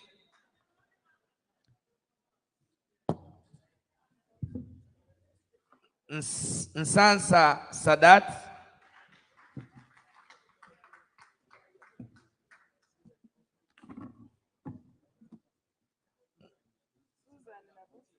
Nsansa Sadat. No, this one's on. Nakaiwa Aisha.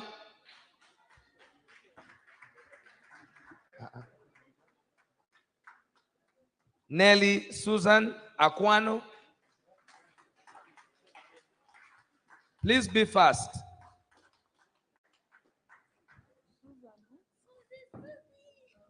Anita Chapadius.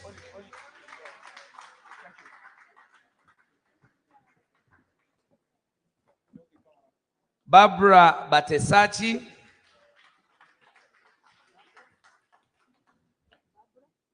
Awol Rose.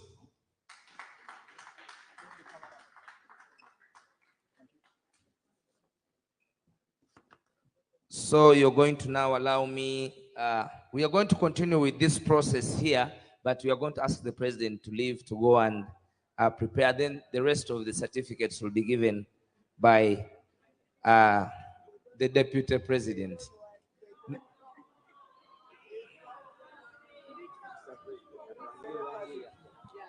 People power, our power. We have often said that we are driven by people power. So the people power has determined and requested him to do so. So we are going to be fast. I want to call upon Nelly Susan Aquano. Nelly Susan Aquano. Let's be fast, please. Nsansa Sadat. Is he here?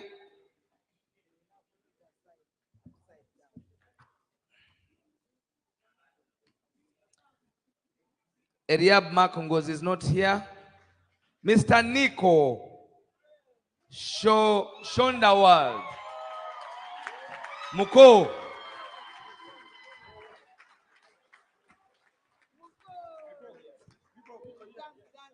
SF Mulumba. SF Mulumba, is he here? Flavia Namuganga. Is she here? Flavia Namuganga. Chiza Agatha. Is she here? Chiza Agatha.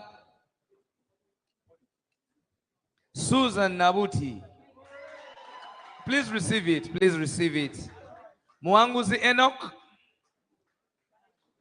Kauma. Kauma. Mr. Kauma. Yes, Mr. Kauma. Isaac Okongo. Mr. Isaac Okongo. Is Mr. Isaac around? Thank you very much, Mr. Kauma. Is Isaac Okongo around? Victor Mbaja. Victor Mbaja. Nanyombi Juliet. Juliet Nanyombi, Sarah Namuyomba, Sarah Namuyomba, Proscovia Ndibarekera. Proscovia Ndibarekera, is she here with us? Rose Angela Nakabubi, is she with us? Rose Angela, you're most welcome. Nabale Shamim Salma. Nabale Shamim Salma, is she here? David Intambi. David Intambi. Senono Alex. Alex Senono.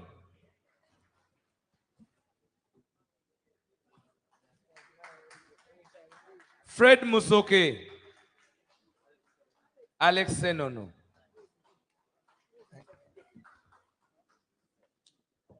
Fred Musoke, is he with us? Justin Sebagala.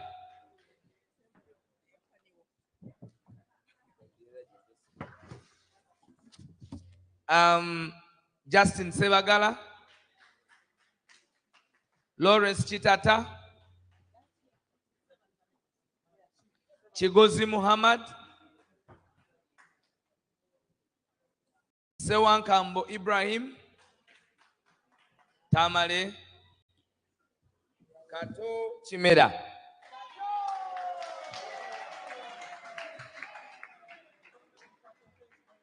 Kato Chimera. Thank you very much, Kato. We always see you in those protests in London, whether you are two, whether you are alone. At least for you, you are always there. We want to thank you and your team for always making it up there. I can see your team is all here. Juliet Namusi. Juliet Namusi. Yudaya Nampima. Yudaya Nampima.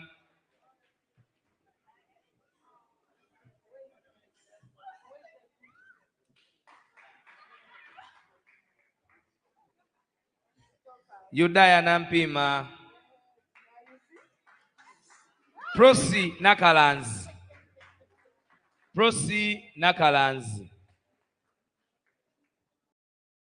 Joan Chiseka. Joan Chiseka. Rachel Iga. Iga Rachel. Iga Rachel. Is she with us? Gobi Andrew.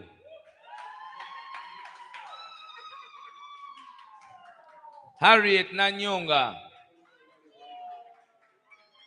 Harriet Nanyonga. Dorothy Stewart.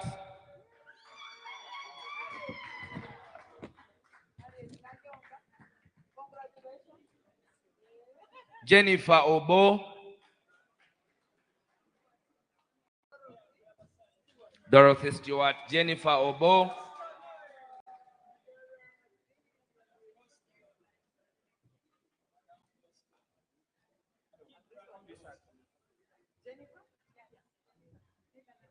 Maureen Chitengo.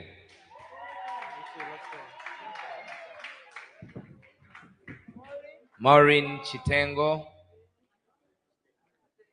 Katengo Chitengo. Kitengo. Wanji? Kitengo. Aha. Omumbeja Kitengo. Era nkwata ya chimbeja. David Steele. David Steele.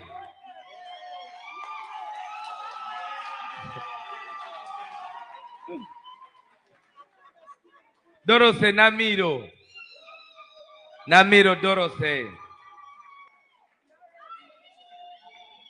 Irene Davis. Irene Davis. Victor Oti. Irene Davis. Victor Oti. Wait. Victor Oti. Chirumira.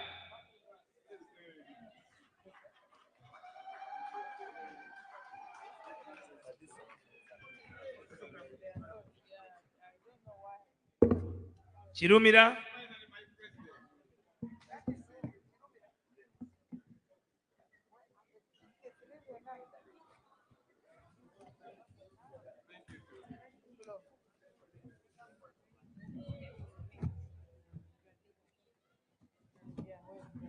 Joan Nabunya. Joan Nabunya.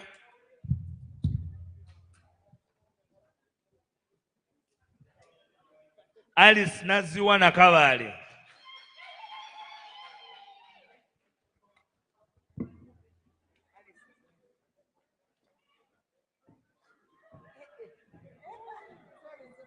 Letitia Gusa. Letitia Gusa. Rachel Walusimbi.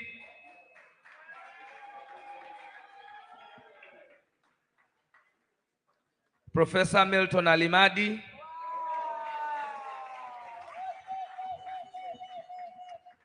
Mr. Stephen Dradenia.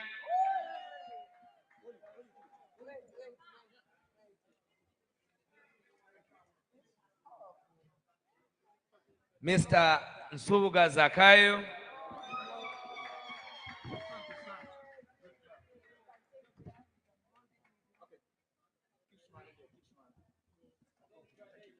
Fiona Nalubwama.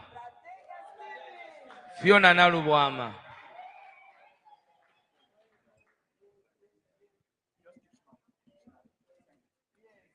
Teddy Lubega. Teddy Lubega.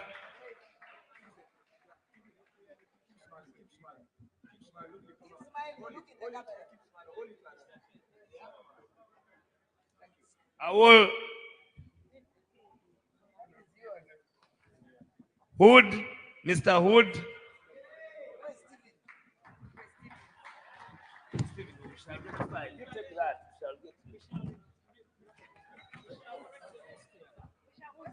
Mr. Wood.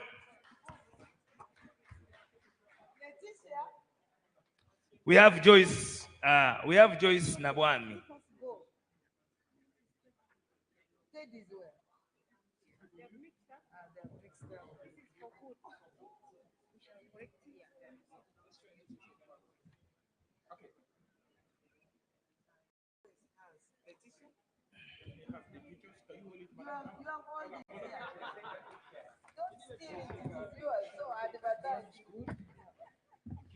Amina Nachimuli.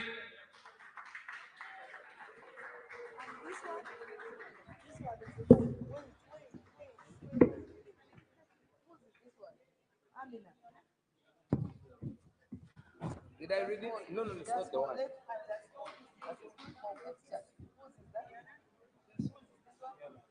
I read it.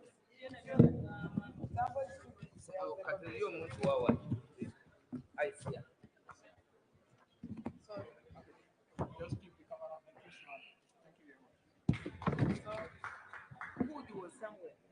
Wood. Amina Nachimuli.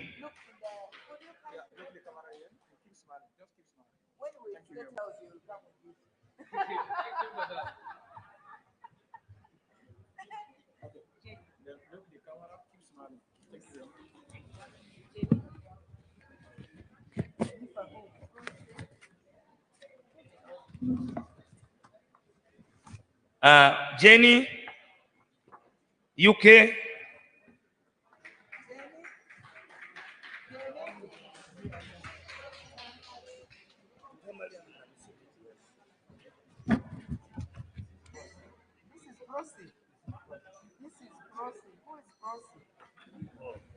I'll rectify. It's okay. You just have the moment. I'll rectify. You have 2 days. It's the ones. Put it down.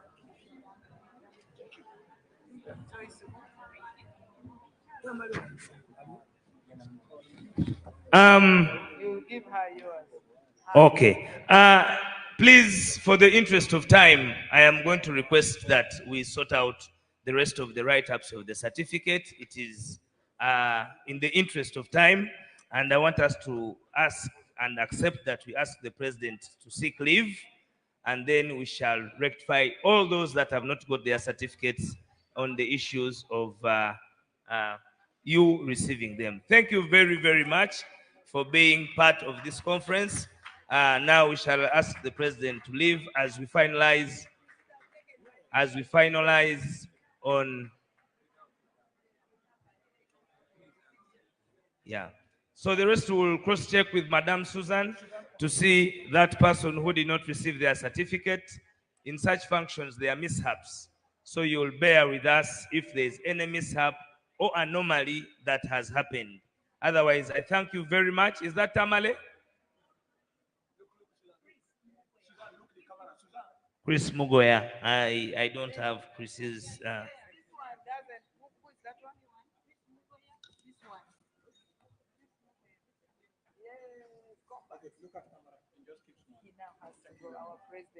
Thank you very much. Please allow me request the president to go and prepare for your concert. There are a lot of things that happen. We shall be here for the concert. We shall be here for the concert and the dinner. The dinner is ready. The dinner is ready. The dinner is ready. I want to thank you very, very much, ladies and gentlemen, for accepting us to take you through this. And I want to get this microphone and give it back to Lawrence Tamale. Wow. These certificates will be rectified. Thank you very much. Let me get this mic back to Mr. David and to wind up this beautiful function. People power, our power, NUP. Thank you very much.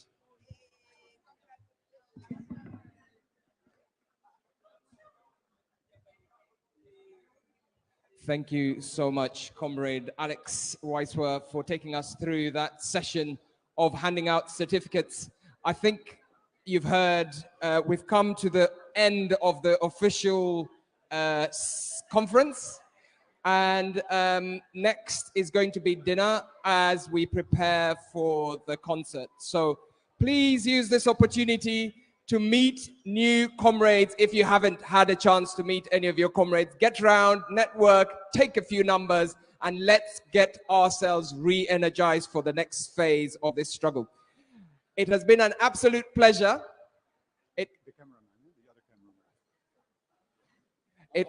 It has been an absolute pleasure hosting you. You have been a fabulous group of people, and we thank you so much for your participation and engagement. There's nothing more to say, but I'd just like to thank the cameraman behind the camera that's been streaming everything. Thank you so much. Cameraman Andrew, who has enabled us cover all this and stream it right across all our social media channels. Andrew, thank you so much for your work and your help today. Thank you so much. Ladies and gentlemen, I think this is all over. It's now to the next stage.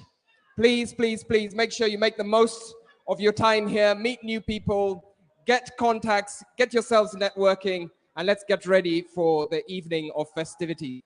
I sign out now. Thank you so much.